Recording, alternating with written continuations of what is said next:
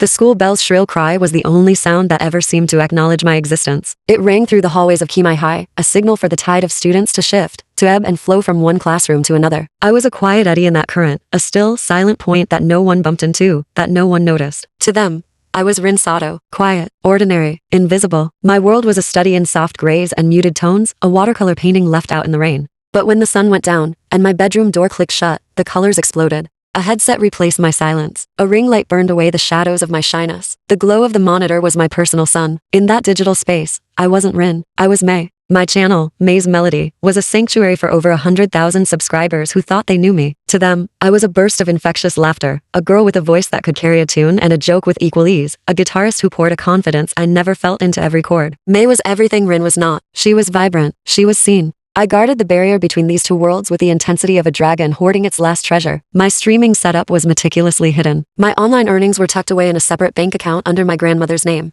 I used a digital avatar or cosplayed a cleverly designed anime girl with pink hair and starry green eyes for my face cam, so even my image was a secret. It was an exhausting, precarious double life, but it was mine. It was the only place where I felt truly whole. The crack in my carefully constructed universe appeared on a Tuesday. It was after school. The building was mostly empty, a hollowed-out shell echoing with the ghosts of the day's chatter. I had stayed behind, claiming I needed to study in the library, but my real purpose was to find a quiet place to record a new song cover for my stream. The abandoned music room at the end of the West Wing was my usual sanctuary. Its piano was out of tune, its chairs were stacked high with old sheet music, and it smelled of dust and forgotten dreams. It was perfect. I was lost in the final chorus, my fingers dancing over the strings of my acoustic guitar, my Mei's voice soaring clear and strong in the empty room. I didn't hear the door creak open. I didn't see the figure pause in the doorway, listening. I only realized I was not alone when the last note faded into the dusty air and I heard the soft, unmistakable sound of someone clapping. My heart didn't just skip a beat. It plummeted into my stomach, a cold, hard stone of pure terror. I whirled around, the guitar clutched to my chest like a shield, and there he was, Yuta Nakamura. He was leaning against the doorframe, his school blazer unbuttoned and his tie slightly loose, as if he'd had a long day. Yuta, the boy who made the classroom feel smaller, more charged, simply by walking into it. The star of the soccer team, with a smile that could disarm teachers and fluster classmates in equal measure. His dark eyes, usually alight with easygoing humor, were now wide with genuine astonishment. We stared at each other, a frozen tableau of shock and dread. The blood drained from my face, and I felt dizzy. My secret, my precious, fragile secret, was standing in the doorway. And it was over. My mind raced through the horrifying consequences, the whispers in the hallway, the stares, the inevitable, brutal exposure. Mei would be dissected, and Rin would be destroyed. I braced for the laugh, for the teasing, for the, I can't believe it's you. But it never came. Instead, Yuta took a slow step into the room, his hands in his pockets. His expression softened from shock into something else, something I couldn't immediately place. It looked like, you're Mei, he said. His voice was quiet, devoid of mockery. It was a statement of fact, filled with a reverence that left me breathless. I could only nod, my throat too tight to form words. My grip on the guitar tightened until my knuckles turned white. He took another step closer, and I flinched back instinctively. He stopped immediately, holding up a hand in a placating gesture. Hey, it's okay. I'm not. I would never. He struggled for the right words, then let out a soft, disbelieving laugh. Rin. That was. You're incredible. The way he said my real name Rin and paired it with the word incredible was so dissonant, so utterly foreign to my experience, that I could only stare. He wasn't addressing Mei. He was talking to me, to the invisible girl in the dusty music room. How? I finally managed to whisper, the words scraping out of my dry throat. How did you know? A faint, almost shy smile touched his lips. It was a different smile from the one he used on the field or in the crowded cafeteria. This one was smaller, more real. Your hands, he said simply. I sit behind you in history class. You're always tapping rhythms on your desk. Complex, syncopated rhythms. I noticed it months ago. And then, your voice. It's unique. I've watched every one of Mei's streams since the beginning. I'm a moderator in your chat. My username is Night of Mei. My jaw went slack. Night of Mei. He was one of my most loyal supporters, a constant, friendly presence in my chat, always quick to welcome new subscribers and deflect the occasional troll. He was kind and funny, and I'd often wondered about the person behind the username. I never, in my wildest dreams, imagined it was Yuta Nakamura. The universe had a truly cruel sense of irony. The timing of your streams, always after sunset. The way you'd never show your face, but sometimes your school uniform skirt was peeking out at the bottom of the frame, he continued, his voice low and earnest. It was a puzzle, and the pieces just fit. I had a hunch, but I had to be sure. I followed you today. I'm sorry. It was an invasion of your privacy. I had to know. He looked genuinely apologetic, and that, more than anything, made the tight coil of fear in my chest begin to loosen, just a fraction. He wasn't here to blackmail me. He wasn't here to laugh. He was here because he was a fan. The silence stretched between us, thick and heavy. I finally found my voice, though it was barely a whisper. You can't tell anyone, please. His expression turned solemn, and he placed a hand over his heart. I swear it. Your secret is safe with me. It's an honor to know, Rin, truly. The next day at school, the world looked the same, but everything felt different. I kept my head down as usual, tracing my familiar path to my desk. I felt Yuta's presence the moment he walked into history class. The air changed, the way it always did. But this time, instead of the usual low hum of chatter that followed him, I felt his gaze on the back of my neck. It wasn't a stare of scrutiny or malice. It was warm. When the lunch bell rang, I fled to my usual solitary spot on the rooftop, seeking the open sky and the silence. I unwrapped my simple rice ball, my hands trembling slightly. I wasn't alone for long. The rooftop door creaked open, and Yuta stepped out, squinting slightly in the sun. He held up 2 store-bought cartons of strawberry milk, a peace offering, a symbol. Can I join you? He asked, his voice gentle. I nodded, my heart hammering against my ribs. He sat down beside me, not too close, leaving a respectful space between us. He handed me a milk carton. Our fingers brushed, and a jolt, warm and electric, shot up my arm. We sat in silence for a few minutes, the only sound the distant noise of the city and the wind whipping around the edges of the roof. This is my favorite part of the day, he said finally, not looking at me but out at the skyline. Up here, it's quiet. You can breathe. Nobody expects anything from you. I looked at him then, truly looked at him. I saw the faint shadows under his eyes that his easy smile usually hid. I saw the way his shoulders relaxed up here, away from the crowd. The golden boy was carrying a weight too. It's the only place I don't have to be. Him, he admitted, as if reading my thoughts. He took a sip of his milk. You have no idea how freeing it is to watch your streams. You're just, you, unapologetically yourself. It's the most real thing I've seen in a long time. Tears pricked at the corners of my eyes. He saw Mei as real. He saw me as real. For the first time, the 2 halves of my life didn't feel like a lie. In his eyes, they were just me. And so, our secret meetings began. They became the anchor of my days. On the rooftop, at lunch, in the abandoned music room after school, we talked about everything. He gave me advice on my streaming setup, suggesting better audio filters. I confessed my stage fright, my fear of being truly known. He in turn confessed the pressure of constant expectation, the loneliness of being perpetually admired but rarely understood. He became my first editor, my most trusted confidant, my only audience of one. For the first time, the double life didn't feel like a burden I had to carry alone. It felt like a shared treasure. I was Rin, I was Mei, and Yuta saw the beauty in them both. He saw me, and in the quiet sanctuary of our hidden world, I began to believe that maybe, just maybe, I was incredible after all. The fragile piece of my double life shattered not with a bang, but with the sharp, observant gaze of Aya Yoshida. Aya ruled the hallways of Kimai High not through overt cruelty, but through a potent combination of beauty, social savvy, and an unerring radar for anything that disrupted the natural order of her world. And Yuta Nakamura was the crown jewel of that order. For weeks I had been blissfully ignorant, floating in the private bubble Yuta and I had created. I didn't see the way her perfectly sculpted eyebrows drew together when Yuta's laugh, loud and genuine, echoed across the classroom after I'd muttered a rare nervous joke. I missed the flicker of cold calculation in her eyes when she noticed how his gaze would instinctively sweep the room to find me, a quiet anchor in his storm of popularity. She noticed. Of course she noticed. To Aya, the social ecosystem was a chessboard, and I was a pawn that had suddenly inexplicably started moving like a queen. The end began in the most mundane of places, the hallway by the lockers. Yuta had cornered me there after class, his body angled to shield us from view, his voice a low, excited whisper about a new song he thought would be perfect for my next stream. You should hear the chord progression in the bridge, Rin. It's pure magic. I can already imagine your arrangement, he was saying, his eyes alight with that shared passion that made my heart stutter.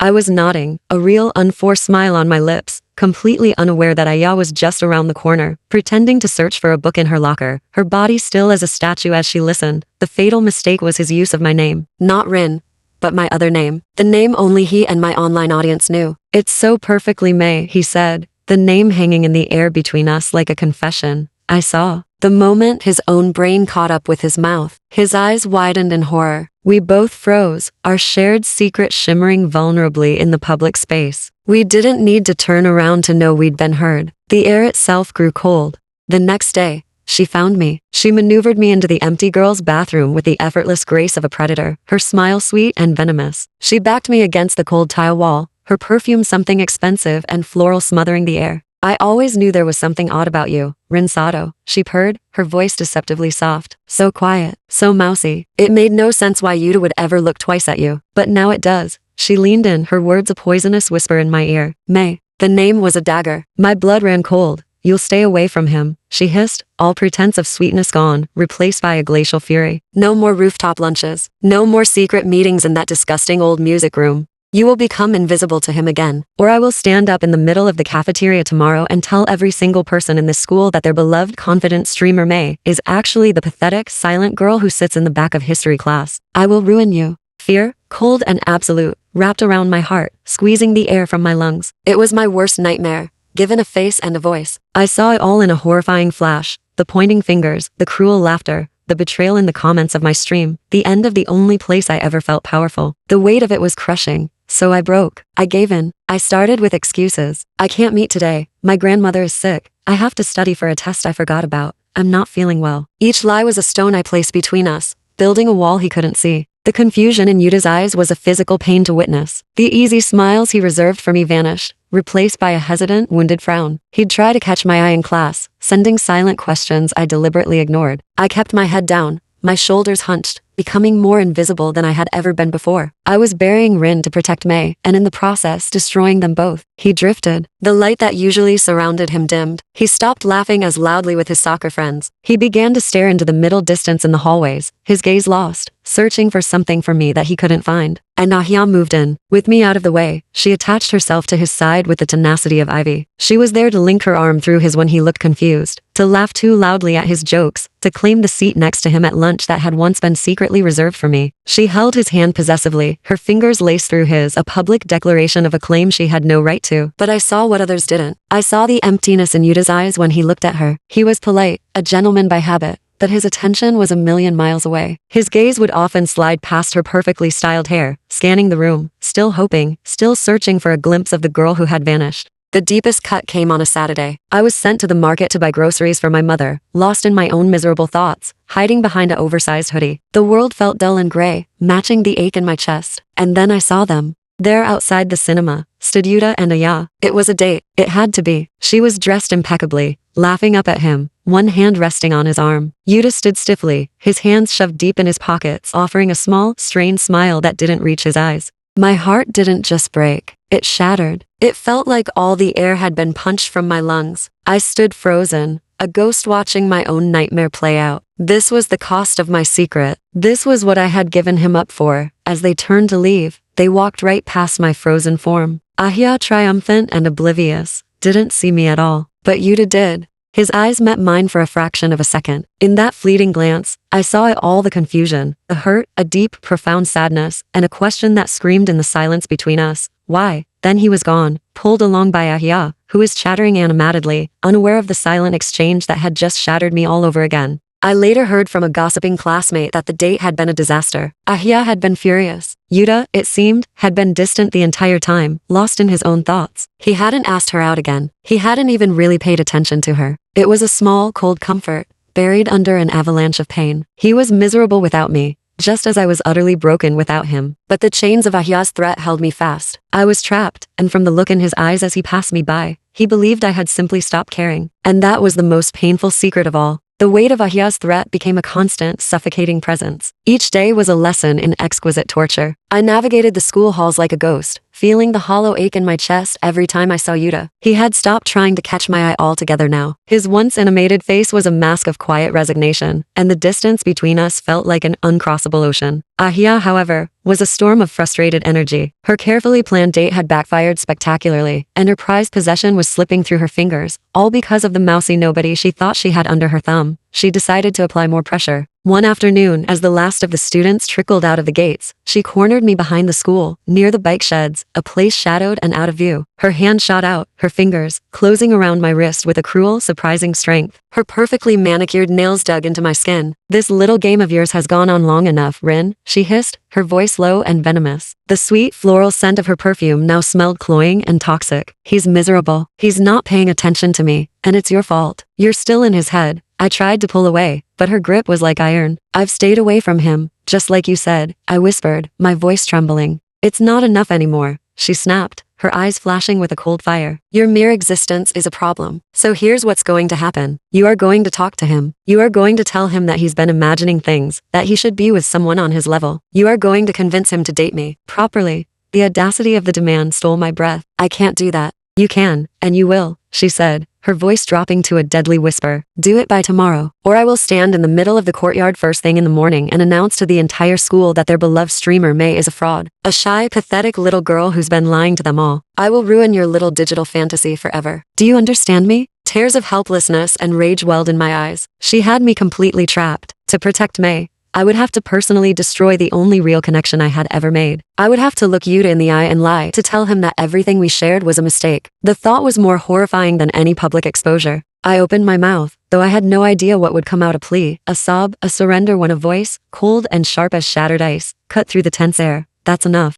We both flinched, turning toward the sound. Yuta stood there, just steps away, partially hidden in the shadow of the building. How long had he been there? His face was pale, but his eyes burned with a fury I had never seen in him. His hands were clenched into white-knuckled fists at his sides, trembling with a contained rage. Ahia's grip on my wrist loosened in her shock. Why, Yuta? What are you? I said. That's enough, he repeated, his voice low and steady, though it vibrated with anger. He stepped forward, and in one fluid, protective motion, he pulled me behind him, placing his body like a shield between Aya and me. The gesture was so decisive, so fierce, that a sob caught in my throat. He looked directly at Ayami, his gaze unwavering. You could tell the whole world her secret. You could shout it from the rooftops, but it wouldn't change a single thing. Do you want to know why? He didn't wait for her answer. Because I don't like you, Ayami. I never have. I like Rin. I like the girl who is brave enough to be two people because one world couldn't contain all her light. I like the girl with the rhythm in her hands and the song in her heart. Her. Ayame's face underwent a terrifying transformation. The pretty, popular mask she wore so well cracked and splintered, revealing the raw, ugly fury beneath. Her lips pulled back from her teeth in a snarl, and for a moment, she looked truly monstrous. Humiliation and rage burned in her eyes. She had been utterly, completely rejected. With a sound of pure frustration, she turned on her heel and stormed away, her footsteps echoing like gunshots in the quiet afternoon.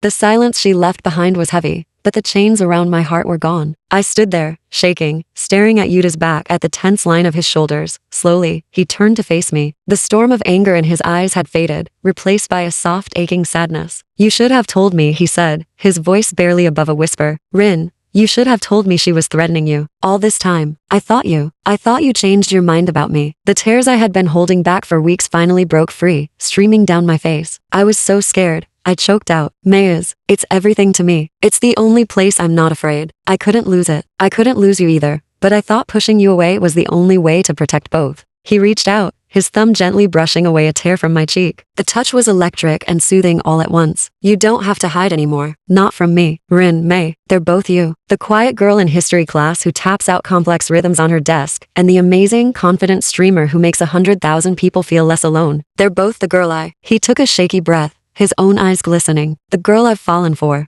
It was the confession I never dared to dream of hearing. It wasn't for Mei. It wasn't for Rin. It was for all of me. My heart didn't just break open. It bloomed, spilling out all the fear and loneliness I had stored away for so long. Wordlessly, he took my hand and led me away from the shadows of the bike sheds. We didn't speak as we walked through the empty halls, up the silent stairwell, and out onto the sun-drenched rooftop, our sanctuary, the place where it all began. The wind whipped around us, carrying away the last remnants of the fear and the lies. He faced me, our hands still linked. No more secrets? He asked, his voice hopeful. I looked at him, at the boy who saw me when I was invisible, who loved both the hidden and the seen parts of me. I thought of the streaming setup in my room, the songs I had yet to write, the laughter I could now share without a filter. I thought of walking through the school halls and not feeling alone. No more secrets, I whispered, and it felt like a promise, a vow, and a beginning all at once. I tightened my grip on his hand, lacing my fingers through his. And for the first time, standing there under the vast open sky, I wasn't just living a double life, torn between two identities. I was simply living. I was Rin. I was Mei. I was loved. And I was, finally, whole. It was our life, and it was just beginning.